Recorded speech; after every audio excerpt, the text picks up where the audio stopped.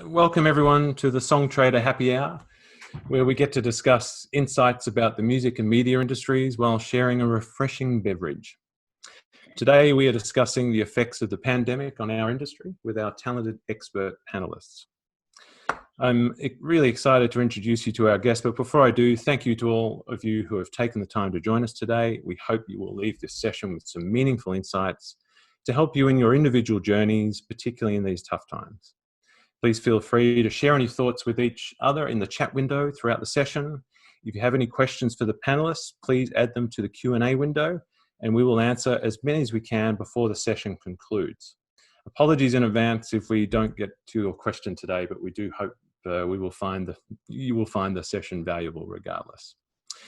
We are privileged to have with us today a very talented and experienced panel. We have Evyen Klean, who is an Emmy Award winner, a 7-time Guild of Music Supervisor Award winner, has been music supervisor on iconic TV shows such as Game of Thrones, Westworld, Veep, and many others, and is also founder of Neophonic Music and Media. We have David Fisher, founder and creative director of Songs for Film TV, where David and his team have secured thousands of placements in advertising, film, television, and video games for clients such as Apple, Samsung, Pepsi, and PlayStation. David has also been an artist and songwriter with record deals with Interscope, Geffen Records, and Big Machine Records. And we also have Todd Porter, music supervisor at Hated Industries, who has an incredible music and advertising background working with major brands such as Facebook and JanSport. Todd is a dedicated fan of the live music experience. In normal times, he sees over 600 bands a year, placing many of his favorite artists in commercials, including campaigns for the Super Bowl. Todd's music supervision work has been the catalyst for many artists' success. Welcome all. What are we drinking? Great name, Todd. The great company name. Thank you very much. So maybe to kick things off, it would be great for our audience to hear from each of you, just a little background and what's been keeping you busy this time. Evyen, do you want to kick it off? Sure. My company is Neophonic. We are the de facto music department for HBO, and we do other projects outside of HBO as well. There's 8 of us. Been doing it for a long time. I'm probably the old man of the group, I would say. And currently in a plethora of projects, although the pandemic has certainly had its effects, and I'm sure we can get into that as we move through and talk about production versus post and those kinds of things. But yeah, hey. Thanks, Evyen. Todd. Hey there. I'm Todd Porter. I have a small music supervision company, indie music supervision company called Hated Industries. And I come from a background of working in advertising agencies. I work for a large agency called Goodby Silverstein. I also work for Showtime. Both of those for about 20 years total. Before that, I was in Los Angeles as a production person working on commercials and all those great music videos in the 90s with Spike Jonze and Mark Romanek. And I started my own company about 3 years ago now. Just thank you so much for having me. I'm excited to tell you a little bit more about what's going on. So I have to ask, how did that name come about? So when I was working at my agency, I had a moment where I was working on a certain cable provider who is literally one of the most hated companies in the United States over, people that make nuclear arms. I was working on the launch of a pickup truck. I was working on a very sugary soft drink on a very wonderful and addictive chip that I still know and love and work with. And an honest to goodness oil company. And I just sort of was laughing one night, like I'm working on all the Hated Industries. At the same time, I got offered an indie film and wanted to sort of distance my ad stuff from my indie film stuff. So I did the indie film music supervision under the name Hated Industries. And that became my kind of side gig moniker until I took the side gig and made it my main gig. So Hated Industries. That's cool. That's a good background. David. Hi, I'm David Fisher. I'm the founder of Songs for Film and TV. and we're a music agency. We specialize in the curation and creation of music for advertising, film, and television. Obviously, we've coming up this June, in just a couple of weeks, it's going to be our 10-year anniversary. Prior to that, I was a recording artist. So I was signed to Geffen Records back in the 90s, did a record with T-Bone Burnett, and then I was on Interscope and worked with Roy Thomas Baker. And then I was on Big Machine Records and did a record with Nathan Chapman for Big Machine Records, and had 3 major record deals that have failed miserably. But an amazing ride for sure. I've been in the music business for 25 years professionally. And I created songs for film and TV fundamentally just for the love of all the artists that I've met along the way and wanting to help them, and no longer worried about my career. I happily retired, and I dedicate myself now every single day to providing outlet for artists that I love. That's awesome. Yeah. Fantastic. Awesome. Perhaps it would be great to, explore one of the key questions that we want to ask today is, what are the major impacts that you're seeing in the industry, positive or negative? Evyen, it'd be great to get your view. I started to allude to it on the intro, but once things got locked down, pretty much anything that was in pre-production with a short timeline to start production or anything in production got shut down. And so all of the projects that we were in at that time basically got a pin put in them. That was probably about half of the projects that we were currently working on. And we can be in a range of projects depending on the ebb and flow of production schedules, and this will certainly affect that.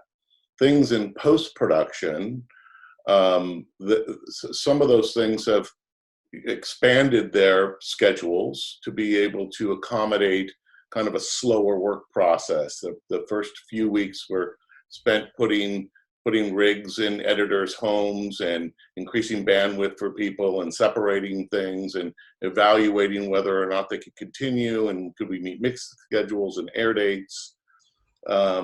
So some were close to being finished, so they pushed through.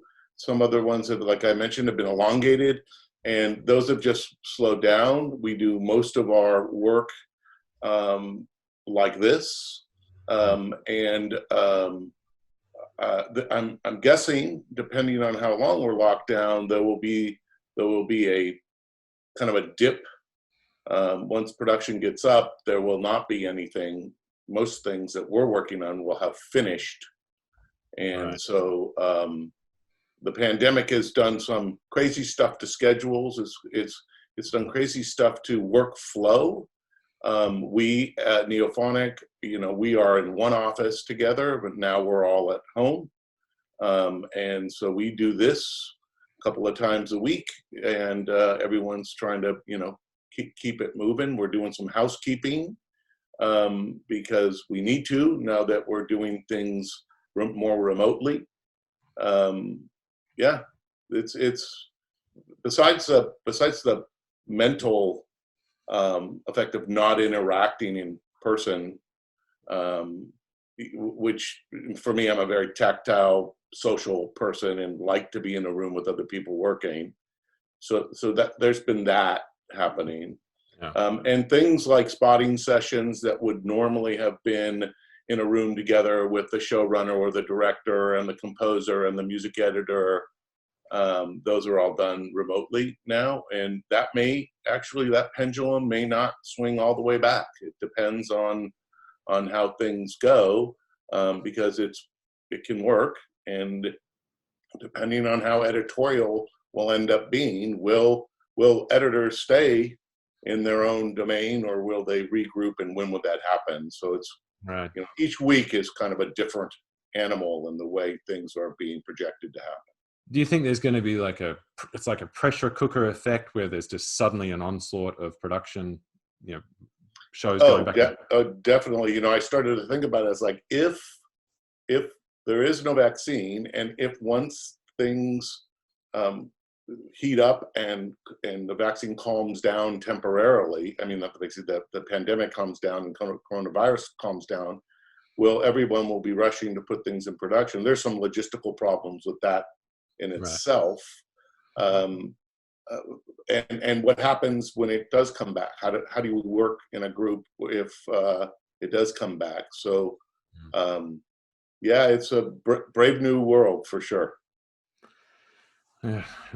Todd and David, it'd be interesting to hear what what it's like, especially in the advertising world, because obviously brands are faced with a similar situation, and I guess the production cycles are shorter, and the needs are more immediate. So, what's been happening there? Who would like to?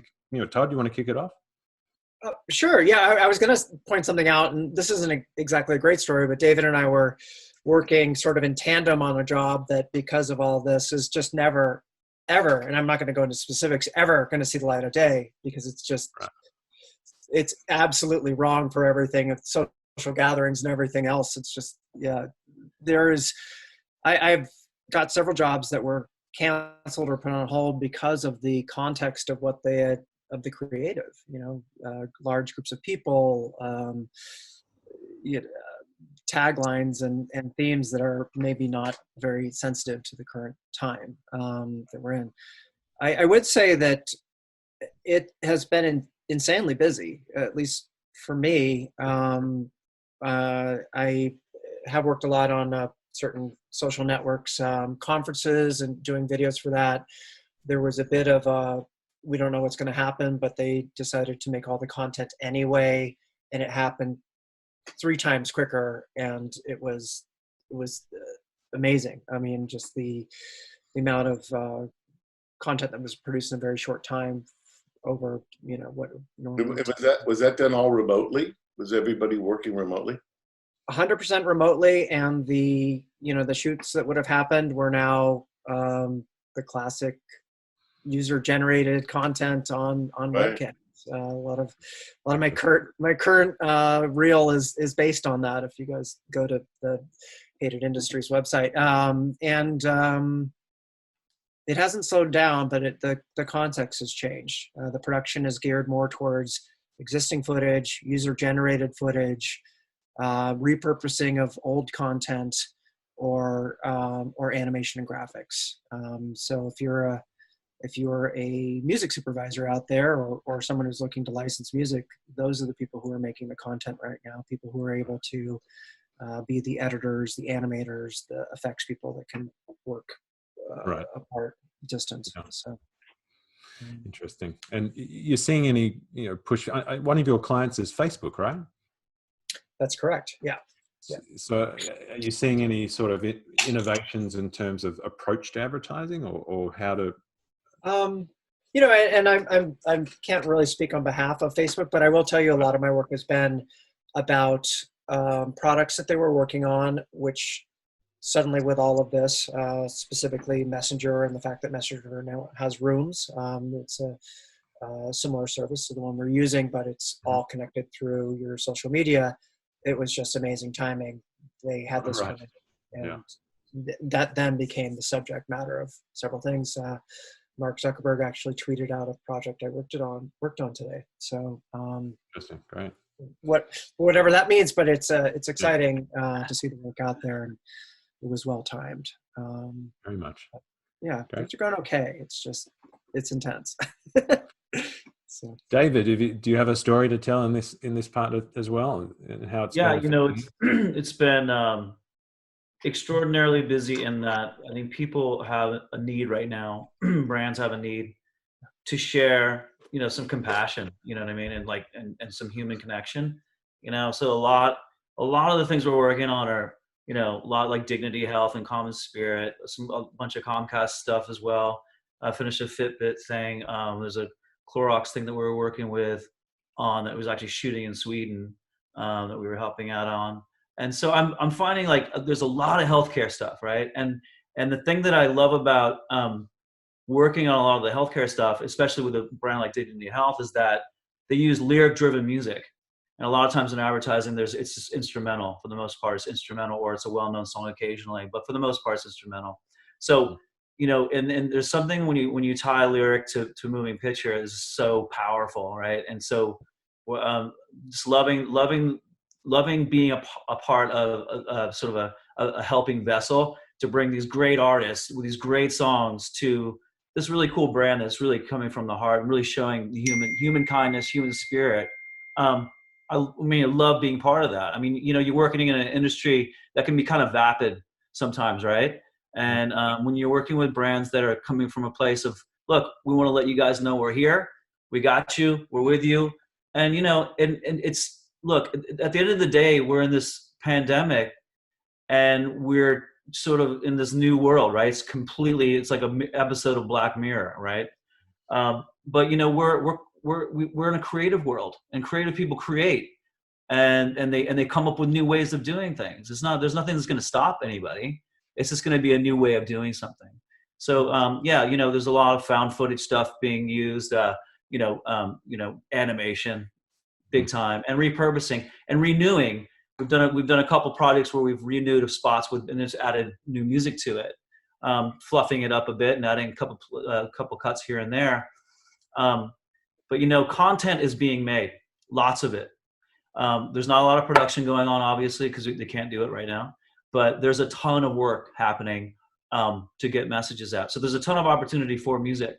We're doing many pitches a day and many searches a day to get stuff for clients. But it's going to be, the live production stuff is on a halt right now, and they're going to figure it out. It's going to be really interesting to see what's going to happen. That's the thing. We're all in this together, and none of us know what's going to happen. Because even if it does go live and they start to, live production gets the green light, well, what if somebody gets sick and then all of a sudden somebody gets sued? It's going to be, it's Pandora's box waiting to be opened. But we will figure it out. It will happen, because creators need to create, right?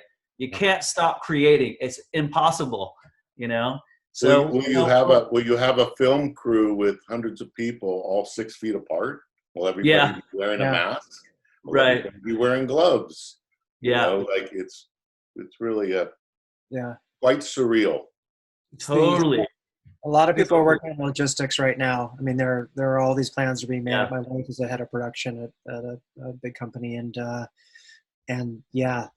new ways. You can actually look at your supermarket and see how they're doing stuff. Well, production's going to be the same. You can walk that way, walk that way. It's going to be amazing. One thing I'd like to point out at least in the ad space, is that we're experiencing an arc. There's a lot of us have been talking about this, and it started with the thoughtful piano, and now it's getting more hopeful and upbeat, and even, communications and music that isn't specifically related to this moment are starting to emerge, which I think is a good thing. I mean, I think it's promising. It should make people feel good. But it is interesting to see, the response and the kind of flow as people get their heads around this and what is. It's interesting. To David's earlier comment, will content then ease in, and we'll have more talking head projects in the film and TV space? Are we going to be in these large, big groups? Can you CGI a group? Yes, but can you put your principals in close proximity? What about love scenes? What about all of those things? Above my pay grade, but wow, a lot to wrestle with and figure out for sure. Yeah, we'll get on the other side of this. I'm confident of that. And we'll just have a new awareness to things, and a new awareness to viruses in general, or whatever new practices. It will ultimately make us better and make us stronger. I totally believe that. It's really tricky right now on a lot of levels, and not to mention, don't even mention politics, because that's not what this is about. But throwing that into the mix, and it's like, can't go down that rabbit hole. What's that? Can't go down that rabbit hole. No, it's overwhelming. But listen, here's the beauty is. Paul will need to steer us clear of that. I get it, and that's why look, I'm so filled with appreciation and gratitude that I get to wake up every morning and work in this world, right? And get to listen to beautiful music. It's amazing, dude. It's like, it's the stuff that brings joy to people's worlds, and really makes these times a lot easier, just for that moment, maybe, but it definitely helps, you know. And it's like, holy shit, that's pretty badass. I agree, David. Like, I Yeah. feel like there is a consciousness shift in process, right? And that's only going to feed the creative spirit. And there's such great opportunity ahead, discovering how we are as a creative force and people on the other side of this. I mean, it's interesting to try and contemplate what sort of music will come out of this as well. Have you been noticing any kind of just new sounds or new acts, like out of the despair? Have you come across anything that you're just loving? Or Well, I think, you know, there's a ton of music. A lot of artists, it's really unfortunate. You have giant records coming out right now because it is the release season that are, I don't know, we're going to see how it plays out. But the one thing that I think is really happening that will change music is that now more than ever before, there's all these collaborations that are happening and people have the time to do them. And it is becoming very natural to do things on Zoom. I just did a writer's camp about an hour ago with a bunch of people in Nashville, and they're, you know, I'm used to being in these tiny rooms with all these people at this conference, and they're all remote in different parts of Nashville, and the music sounds great still. You know, they're getting it, and it's becoming, you know, the tools are much better now, and the ease of use is there, so they're just going for it, and it's good music. So yeah, when you think about it, I think probably all of us here can say that you know, we lean on music. You lean on music when things are going great, and you especially lean on music when things get dark, or you need to escape. You know, so like people aren't going to turn off their streams. People aren't going to stop listening to music if pretty much going to double down, I guess, and you know, have that be one of the things that props up one's soul. yeah. Totally. There's a song right now. I was blasting this song 1,000 times yesterday, as loud as can be, by the Brummies, called Together Again, and it's just so on point for everything we're going through right now. I sent it out, you know, out to my friends, and you know, we put it up for a spot, and it's just like, and you know, and you're blasting the song, and you're just like tearing up, right? And it's just so in the moment, and it's just hits so hard right to your heart. So, you know, man, it's just so it's super powerful. And yeah, you know, people ask me, you know, what are you listening to? Who do you like? Man, I literally listen to thousands of artists a week, thousands of songs, thousands and thousands and thousands of songs, and there's so much great music. It's insanely hard to keep on top of everything. But you know, there's beautiful art being created. There's beautiful. I mean, I even dig the new Stones song that they did. I mean, it's a little tiny hokey, but I really actually kind of dig it. You know, No, really it's fun. It's fun, and they took advantage of quiet streets, and it's a very yeah, interesting. man. And it was really, yeah. I agree. It was really cool, really super cool. And the Dave Grohl, the Foo Fighters song was really cool. You see the collaboration. That was freaking awesome, man. Foo Fighters, that was awesome. Loved it. good things happen. Yeah. David and Todd, are you seeing brands or the agencies that represent brands sort of pushing for particular sounds, or is there any trends coming out that you're noticing that, you know, might encourage you know, some of the artists that are watching to, in terms of what they should be thinking about making? Those are especially those who constantly are making music for sync and for the purpose of getting their music out there, you know, through the various channels like advertising, gaming, and film and TV. Well, I would say that I think we've reached that point where artists should not be doing specific COVID-related stuff. That actually, there was the camp I was involved in. I was like, hey, you know, I know you guys have these lyrics and they're very much about the moment, but let's open it up because this isn't going to last forever, you know, touch wood, and make things more hopeful. I think finding a tone and really looking at your lyrics, because, you know, as I was doing all these sort of COVID related, you know, we're still here, you know, you can rely on us kind of spots. Man, there's some lyrics that are just not right now. You know, Right. just, and hopefully they will be again. But you know, it's good to be alive. It's like, you know, that's not cool. I think you mentioned before there was a couple of projects that just had to be shut down because it was just not appropriate for the time. Was there a lot of those, or is it? Well, there's a couple things. I mean, number one, and I'm sure everybody that's, of course, on the panel, but everybody that's listening is now watching content and seeing large groups of people and going, you know, which is a terrible thing to say, but it's happening, you know, when you see these. It does kind of mess with your head a bit, huh? Yeah, it's so weird. And at first you're kind of like, why am I so uneasy? And then you're like, I really missed that normality and I wish that was back. But to be honest, like content that's like that has those things that if they're trying to launch it now might not be appropriate Right at the moment. So the other thing too are literally industries that are just in shambles. Like I had a big project for an investment kind of firm, and it just is not the right time to, you know, solicit people to get into your hedge fund or whatever. So that's on hold. Yeah, exactly. That's it. That's totally dead on.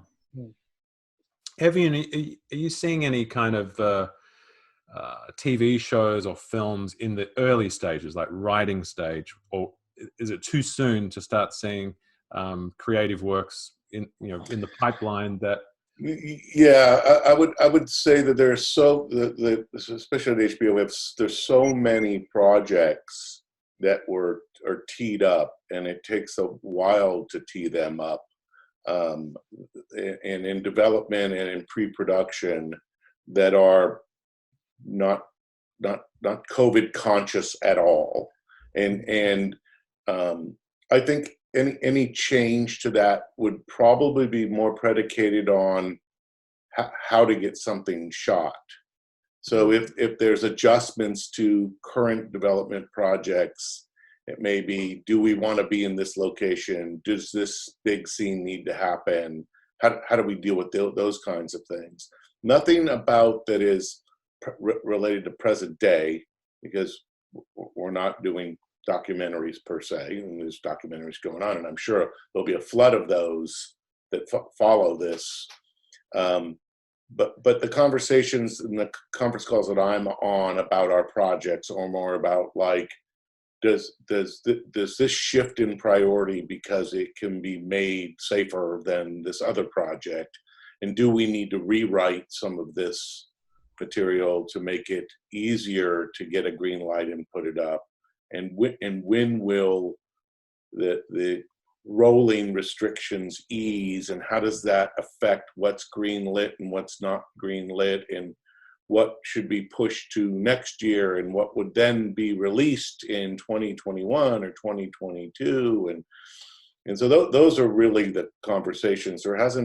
I haven't got a script or a treatment for anything that's dealing with what we're going through at the moment. It's more about that there's so many projects that, I mean, once we get past at least a phase of this, to fill the pipeline, you know, that would be down the road, I would have to say. David, you manage a lot of custom creative music, is that right? For brands, have you seen the quantity of work soften, or is it still enough? Has there been? No, it's ongoing. You know, we do roughly half and half custom, half, you know, just curation of music, and then, you know, primarily most of the time doing the custom stuff that we're doing is instrumental, unless we're doing like a cover version of something. We'll do a spin on a cover of a well-known song.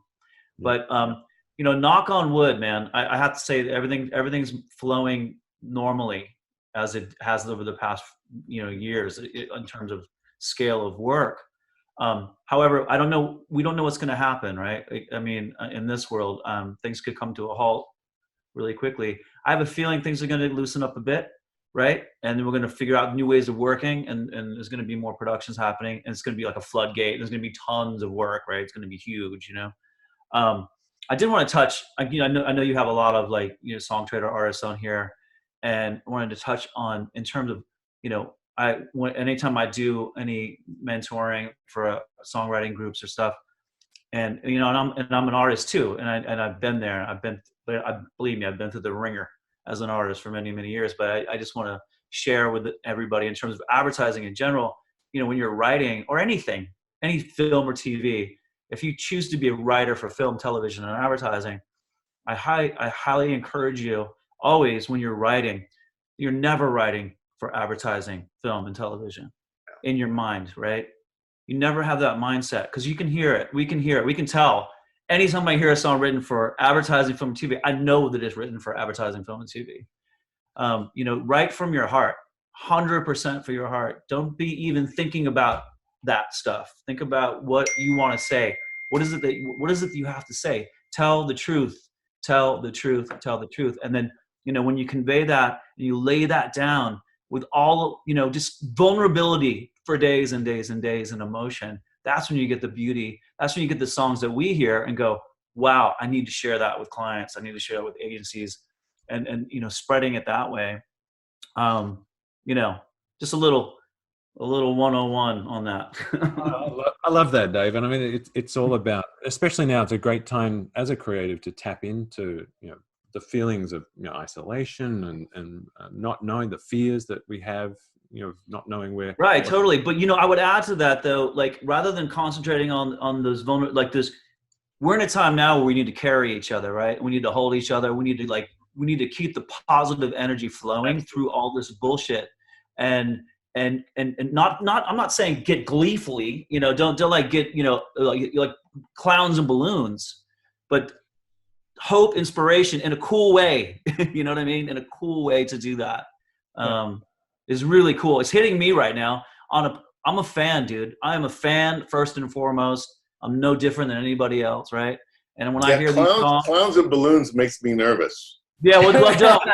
Well, only if they're in the sewer system, Yeah. But you know what I mean? It's like touche. Yeah. Anyway, I could go on for hours about that. The creatives that will shape the future in terms of I think our way of feeling about each day too. It's through the arts that we're guided through that. Yeah. I think it's almost question time. Victoria's going to come on and navigate through the Q&A, and we can answer a few of the questions that the attendees have asked. Oh, hey everyone. So our first question comes from John Wentz, and he says, could the soup speak on talent and reuse fees in advertising? Feel like I've been seeing more ad briefs than I'm used to during COVID that are specifically asking for non-US artists, at least when vocals are involved. Thanks. Does anyone want to grab that one? I think it's mainly for advertising, so I can do a little bit. So it's a couple things. The non-US artists for vocals is specifically in regards to SAG and paying the residuals that you would for a singer being involved in a piece of music that's featured on an ad. I'm all for paying that all the time. It is quite a bit of money. In case you don't know, if you're an artist and you want to get your vocals on a major national ad and you have the ability to get it on something that's covered under SAG, it is a very good paycheck. It can be maybe more than the paycheck you get for the sync over the years. You never know. But there's a lot of other smaller budget things, and they can't afford to pay for the residuals, or there's a client might be kind of a hit and run thing, a client doing an assignment at an agency, and they don't want to be embroiled in the SAG residuals, and so that's why they're looking for singers that are offshore. And that's right. Thanks, Todd. David, do you have anything to add, or we move on to the next question? No, Todd handled that beautifully. Great. Thanks. Victoria? That's my cue, yeah. I've got to get this mute thing happening. It's quite simple, isn't it? This one comes from our Facebook Live, and this is Emma Griffiths. She would like to know, what will the flood of post-pandemic productions mean for music? Well, hopefully a lot. We use tons of music, so the more productions, the more music use for sure. I would have to say that the trend, even pre-pandemic, for so much content, so many different streaming services, so many different platforms, has created quite a big demand for film composers, for writing songs, for music supervisors, for artists, for song. It is quite amazing. I've been doing this for about 25 years, and the amount of production, and as I say to film composers and TV composer agents, if you have a talented client and they're not working now with 700 projects a year in the film and TV space, or 1,000 or whatever the number is, Lord have mercy. And of course that's slowed down, but I'm sure it will ramp right back up when it can. And there may be quite a bit of people trying to really push the envelope while they can. Does this start to turn into a seasonal thing where in the flu months there's less production, and in the spring and summer months there's more? I don't really know, but I can't imagine that content will slow down, and I can't imagine the need for music will slow down anytime soon, pandemic or not. Yeah, that's a really good point, and I agree with that. I can't imagine anything. I can't imagine a world either today or a million years from now where it's not going to have there's not going to be music attached to something or another to help tell the story. It's a necessity. It has to be. You know what I mean? It has to be. So music's not all of a sudden going to go away. It's always going to be around, always, and the outlet for it is going to always be there as well.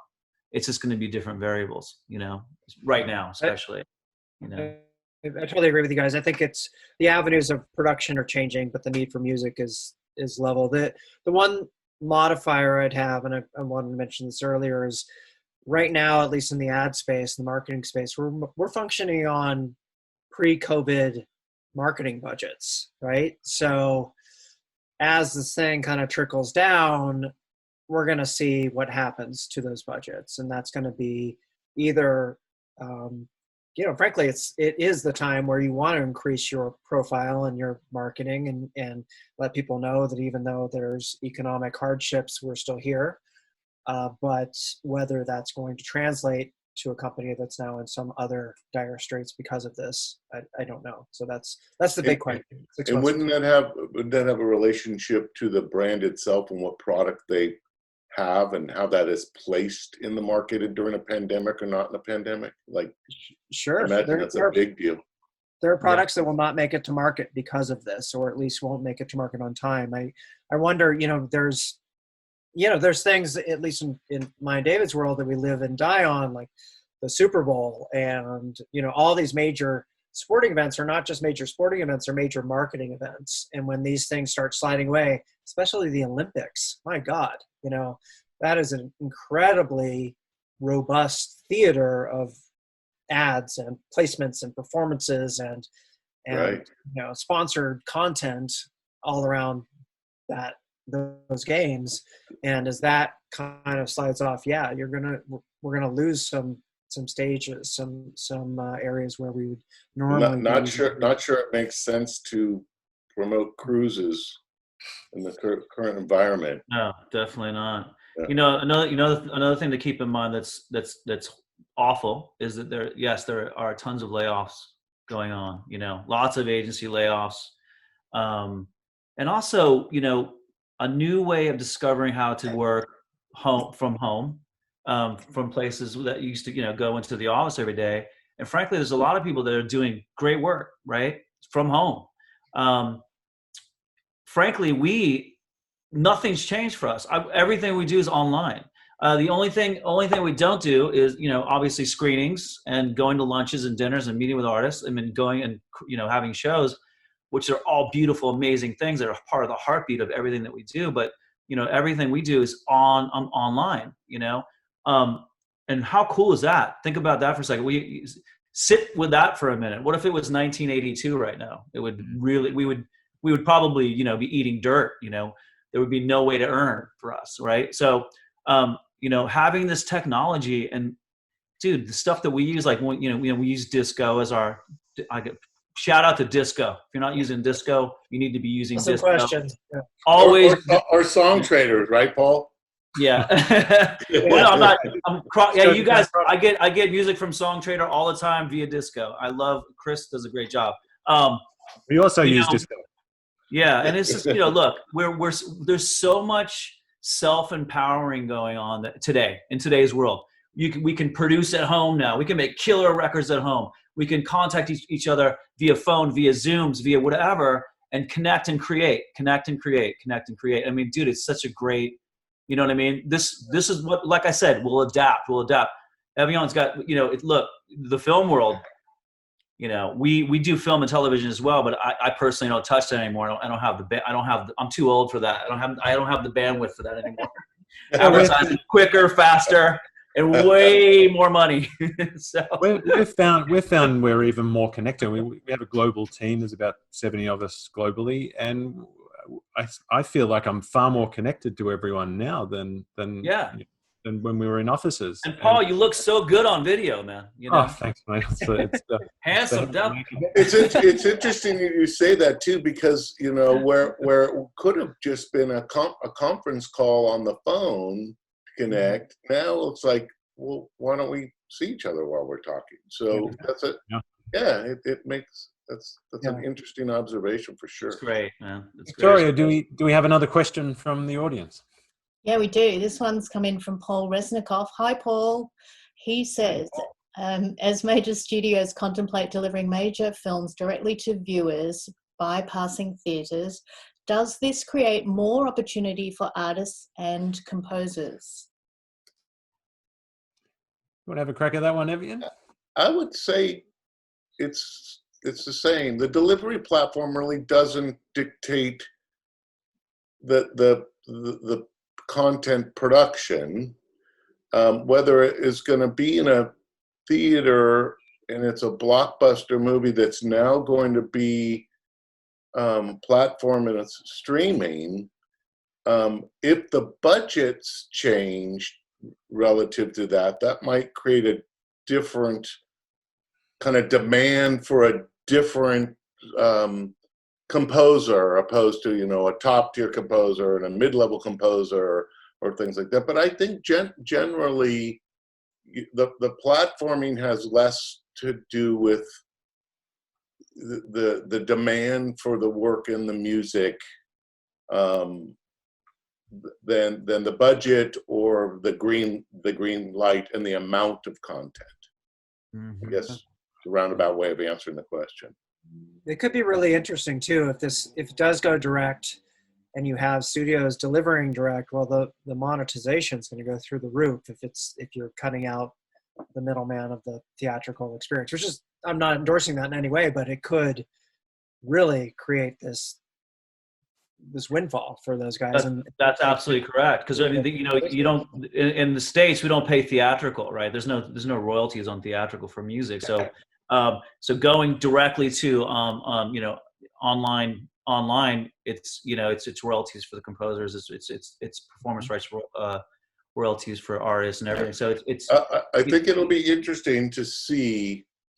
I was reading about the Scooby-Doo movie that was going to be theatrical, and now it's going to be released on a VOD, I believe, at like $19.99, and buy it for $24.99, and like, what do those grosses look like, and versus what they anticipated the theatrical gross to look like, and I'm sure there'll be a lot of analyzing that kind of stuff, and does that increase budgets, does that decrease budgets, do you do more content, do you do like, it really is an amazing, it's amazing time. It's like when video cassette came out, like, oh, what's going to happen to the theaters, like when DVD came out, and then like, I don't, it'll be interesting. I mean, technology isn't what it is now, of course, so it's different platforming wise, and the quality of platforming has changed dramatically. But we are in a brave new world in every sense of the world when it comes to entertainment and content. With everyone at home, the data may show that it's more lucrative to go straight to VOD and skip the theatrical process, while theaters are still the reluctance to even be in a theater, whether they're open or not. And when will that change? So too, if you don't do theatrical, then you're missing out on all of the festivals and the awards and all that kind of stuff. If you're going straight, it's a much quicker transactional kind of thing. So I don't know. Yeah, totally. Plus, I'd rather be at home on my cloud couch and my big screen television than any theater in the world. So there you have it. And plus, to add to that, all television series, in my humble opinion, are better than all films being made anymore anyway. So we can talk about that on the next episode. Oh, wow. Wow, look at the chat lighting up. No, I'm just kidding. Which is great. Fargo, #1. Best show. Sorry, what's next on the list? Well, I hope I'm saying this correctly. Evyen Klean, I think. How many pitches do you usually receive for a brief? What are the chances for one great song among many others to get placed? I look, this is cool. This is a really interesting thing to share with artists that wonder about this. Because I used to wonder about this all the time when I was like the struggling artist trying to get a music supervisor to pay attention to me. And we are working off of briefs that come from creative teams and agencies that they get paid to be creative, right? These guys, and working in the advertising world is a very thankless job. You've got a lot of people, it's very high. It's a lot of action. There's a lot of pressure. A lot of really talented people that aren't getting, the pats on the back that they deserve and all these things. So I honestly I wake up every morning, I go, you know what? I'm in the service industry. It's not about me and my ego. It's not about how cool I can be. It's about how I can provide amazing service to all the creatives and producers and agencies, and also provide amazing outlet for artists that I love, right? So you follow the brief to the T, to the absolute T. Always follow the brief. Don't give them a left field thing. Nobody wants to hear a left field thing. They want to hear the brief, right? That's my experience. The brief, and you respect the brief. I get a brief, I respect that brief. Now, what do I bring to that brief? I bring my and our team's insight in terms of what we think is great music that fits into the realm of that brief. So then we reach out to all of our beautiful artists. We get so much amazing music. Then we whittle that down to deliver it to the client. I mean, to the producers, who to give it to the creative team. And and then we leave it alone, because it's just about, we did our job. We delivered great music to people that are going to make the decision whether or not they're going to use that piece of music. And then we let it go. We let it go and we wait and see what happens, right? But that's how it kind of works. You know what I mean? Music supervisors are basically the FedEx guy, with really good music taste. We deliver quickly, and we deliver it and we drop it off. That's it. That's my perspective. Yeah. So I would say we're at Neophonic, we're pretty specific. And we will send out a brief, and we have some reasonable parameters. We have financial parameters in that brief. We have creative parameters in that brief. And we go to a lot of our over time trusted people, whether they're independent and they represent 20 labels, or they're major labels, or they're just people we know and we've worked with, and that is added to all the time through our relationships. And we have a vetting process, And for me now, I have the luxury of having that first level of stuff come through and be put up. And when I'm listening to the music that's kind of been through for the first filter of the, our relationships, I'm not looking at where it came from. Mm-hmm. I'm not looking at I'm just listening to the music. I'll just go through the music and make an effort not to be paying attention to whatever other hype is around that particular track, because I think it's just a more fulfilling way to listen to music. It allows more outliers that fit within the brief, because I agree with you, David, but it's just a much more organic way to let the music speak and give it its shot. So the question was about a percentage, depending on your relationship to who you're pitching the music to or who you're pitching the music through. I'd like to say that you have as good as chance as anyone else that we're listening to that made it through that filter. Yeah. That's a good answer. Yeah. I guess I'm due for an answer. So I wasn't sure, Victoria, was the question specifically about the sort of nuts and bolts, how many briefs we get? I just want to make sure that. How many pitches do you usually receive for a brief? I think they're trying to figure out the chances. So it depends on the timeline, the money level, and the really specifics of the brief. If it's like we're just looking for 1920s blues or Delta blues or something, I'm not going to get as many submissions. If it's a pop song and it's got a decent budget, I'm going to go nuts and I'm going to get 800,000 tracks. Yeah, literally 800,000 tracks. I will break from the pack a little bit, because I always, number one, you got to nail the brief. You got to nail it. You got to give them what they're asking for. But I will always say, okay, look, I've got a couple tracks. They're really different. They're not what you asked for. And I've had some really big success, sending along a very sad song for a birthday party, that kind of thing. That's what. The counter programming. Yeah, and it's not just that, but there's a lot of, in advertising there are a lot of people involved, and you have to deal with the immediate team, you have to deal with the creative director, the ECD, the group account director, whatever else, and then the client.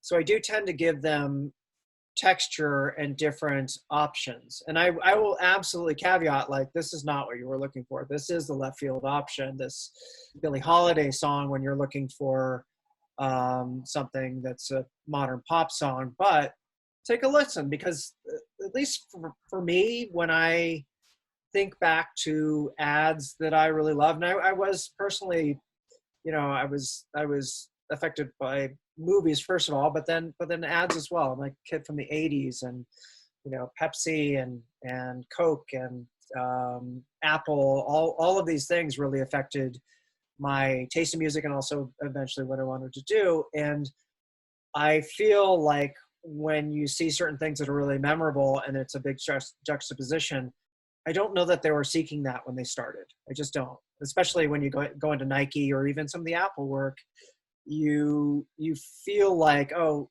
this is so different. Nobody started with this idea in mind, but they got this. They found it, and it's probably after doing the footwork and going to exactly what they needed, and then going, okay, well, what else is there? And they found this. That's really interesting, and I would have to say that happens in my world. But that usually doesn't happen from the submissions from the brief. That usually happens out of my head. Okay, I agree. I'm listening to all this stuff, and I'm like, oh shit, this Bowie track would just crush this. So here's everything, but what about a couple of these things that weren't necessarily pitched, just more like, ooh, this would be strange. But yes, your point is taken, and I agree with you. So sometimes I get the most excited, pop up in the middle of the night and go, oh shit, what about something like this. And that's kind of what keeps you going. That's a little bit of this, you know, like that's what's really kind of fuels the thing. Yeah. When you know, when you're slogging through sometimes, and you're at 80 different songs trying to pitch, and you can't crack the nut, and you know, you just let your mind go a little bit, you know, and Totally. and those can be incredibly rewarding and fruitful for everybody involved, for sure. And I think A lot it of is things that we do when we, you know, anytime we're delivering music to a client, we cut it to the spot always, you know, like, so it helps convey the music to the, you know, putting it to picture. We usually get a rough edit. So we'll just edit, we'll deliver the song cut, you know, with the edit version of the song cut to the picture. Then we'll deliver the full version as well along with it. I feel like that really, you know, music is so emotional, right? And depending upon your mood, it's going to sound completely different, right? And then when you're seeing it cut to picture, it totally changes everything, as we all know, you know, and every song that, you know, we might send 30 different songs, and then all of them are cut to pitch. We take a lot of time to do that every time we pitch, or we deliver, I should say, not pitch, but deliver music that we've been briefed on. And it's just, and you know, and you can see it, you can feel it, you can feel that for sure. And I think, you know, sticking to a brief doesn't make it homogenous. It's my job to get creative within that brief, right? And to deliver the best shit that I can deliver from the artists that are bringing things to the table. So there's a lot of finessing in there that you can do on a stealth level, keeping it stealth, you know, like, okay, we'll score this way, you know, based on whatever, you know, using the briefs as a jumping off point, you know, sticking to them. But yeah, I think that's where the creative part comes into play. That's really, really fun. Because the majority of the job we do, if we're being honest, is like 90% administrative. You know what I mean? There's just a lot of paper, lots of licensing, lots of that. And then the fun part is the, you know, actually choosing and creating and cutting, all that stuff, you know. Right. Thanks, David. Victoria, I think we have time for one more question. Sure. Well, this one I think echoes a lot of the attendees' thoughts. And this one's from Andrew Potterton. He says, what does the panel think about AI composed music? Is it going to be used extensively in the next few years in ads, films, and TV? What do you all think? No. Never. Todd or David, Evyen, would you ever consider using AI music? Have you heard? I'm gonna let Todd answer first because he was shaking his head. So here's the deal. This is the way I see it, and I've gone and looked into Vocaloid music, which is a sort of Asian pop phenomenon, it's still kind of unlistenable, but there's something there. I think at first it's going to be a tool. You know, it will be something that can help connect disparate ideas, and it might work. It is a bit, you know, if we think about it, I'm not totally sure that like Max Martin and these super producers aren't already using something like this. I mean, think about it. You know, it does exist in one way, whether in a hardware computer or in someone's computer brain, and that's what these great pop monsters are made of. I don't look forward to it. I do believe that the human touch is the thing that makes music special, and when you try to take that away, it will be palpable and you'll never really get there. I worry that there's a whole segment of licensing, which is, you know, these sort of micro licenses and bed music and things like that will be the first to go, the victim of the AI kind of thing. Because there are software engines out there that can create things already. You know, I've demoed them, and it exists. It's not great pop tunes. You're not going to sell a million records, but you could achieve a feeling of suspense, and be able to tailor that to whatever timings and whatever rises and whatever. It's here, but I'm pretty conflicted about it in a couple of ways. One, I love air moving through instruments. Like there's something about that organic thing of air moving through instruments, whether it be an acoustic guitar, whether it be a violin, whether it be a cello, whether it be a drum set. There's something analog and warm and beautiful about that. And the fact that there's somebody really creative that's making it happen. And I'll always love that. And I'm faced with that against the idea that if technology creates something that I listen to that moves me and that kind of blows me away, then okay, then it maybe it has a place too. Why, like, why not to anything that can stir one's soul? I'm old-fashioned in the sense that I'd rather pick up a guitar and play it than turn a knob and hit a button to play it for me. But depending on the application and what it's for, it could be cool. I mean, I don't know. I don't have a. It's a really. I agree with you. Like when that moment happens where I am moved to whatever emotion through something creative. Yeah, of course I embrace it. I'm completely open to that. Look, without sounding hippie-ish, we're vibrational beings living in a vibrational universe, right? And music and songwriting is storytelling. It's this storytelling, and even like the Max Martin stuff, and there's formulaic music for sure, and all this stuff. But it's about the interpretation of it, generally speaking, through the vocalist, right? And is that vocalist touching me when they're singing something? Are they hitting me? Are they connecting with me on a heart level? And like that's something that's so that's what can't be replaced right now. And maybe that will happen down the line for sure. But by the way, David, it's okay to sound hippie-ish, man. Thank you, brother. I appreciate it. Not a bad thing.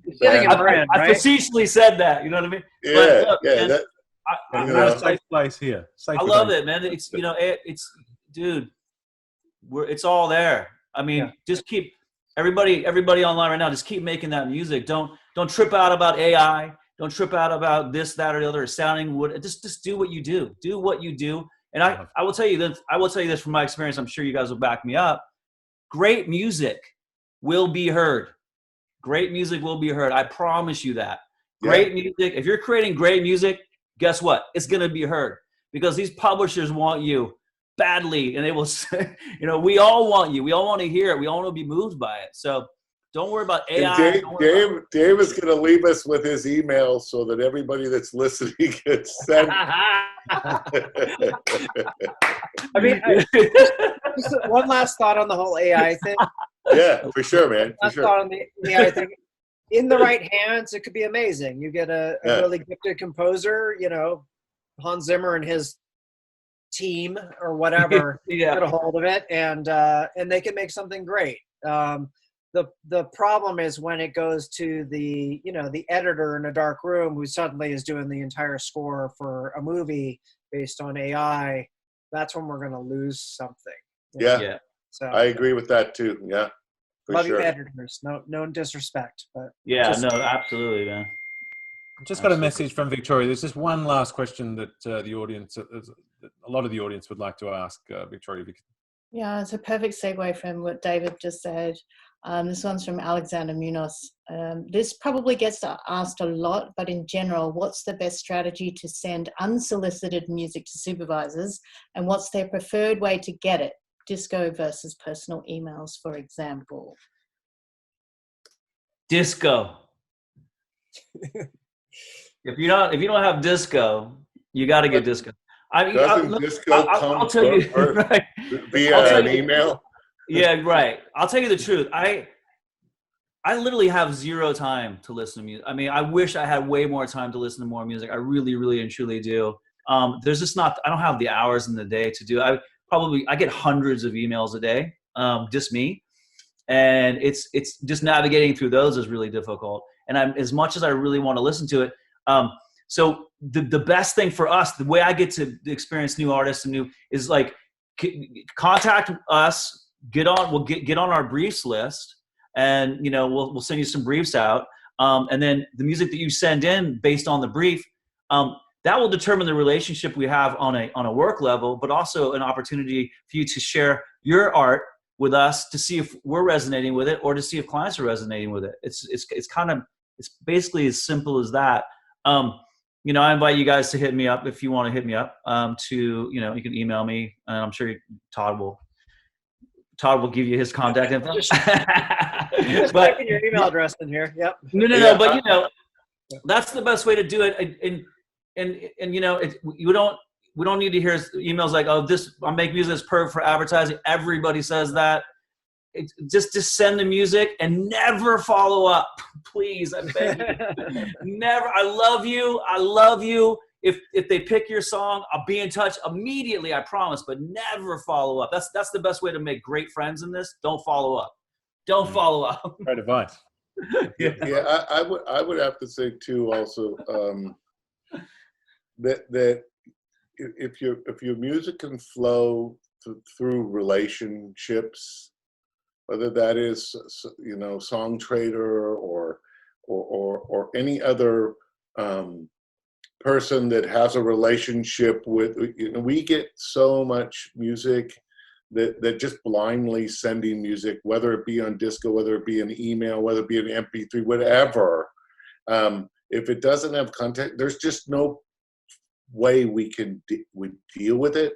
So having some kind of relationship, whether it's a one-on-one relationship because I met you somewhere, or you're working with someone that represents film and TV music that we have a relationship with, or a label or a publisher or an indie, or lots of different avenues. But the blind submission is a really hard thing to deal with.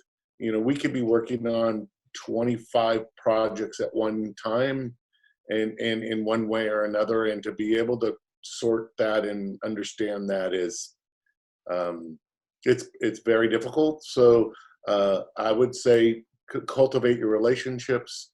Go to things like this virtually, and if you can go somewhere and meet some people and have relationships with other music providers as an independent music maker, that will do you a great service. Amen. Yeah. Right. Yeah. Thanks, Evyen. I think on that note, it's thank you, Evyen, David, Todd. Great insights. Really showing your inner thoughts too, and just sharing. I want to echo David's positivity about the time we're in, and keeping focused on the positive, moving into what could be a magnificent future. We don't know what's ahead. And maintaining that positivity and injecting that into our art, I think is a beautiful thing. Thank you again, guys, for your time. Pleasure talking with you. Thank you to our audience. We hope you enjoyed our Music Supervisor Roundtable. Those of you in the webinar will receive a follow-up email with a link to the recording of the session, so you can view it any time. Our next session is Making Money with Music, Monetizing Tips for Independent Artists. Look out for the announcement soon. I think it's in 2 weeks from today. Thanks for the invite, Paul. No, Thank you very so kind. much. Thank you, guys. It was a pleasure. Everyone, stay safe, and we look forward to seeing you on the next happy hour. We're hippies. Bye, everybody.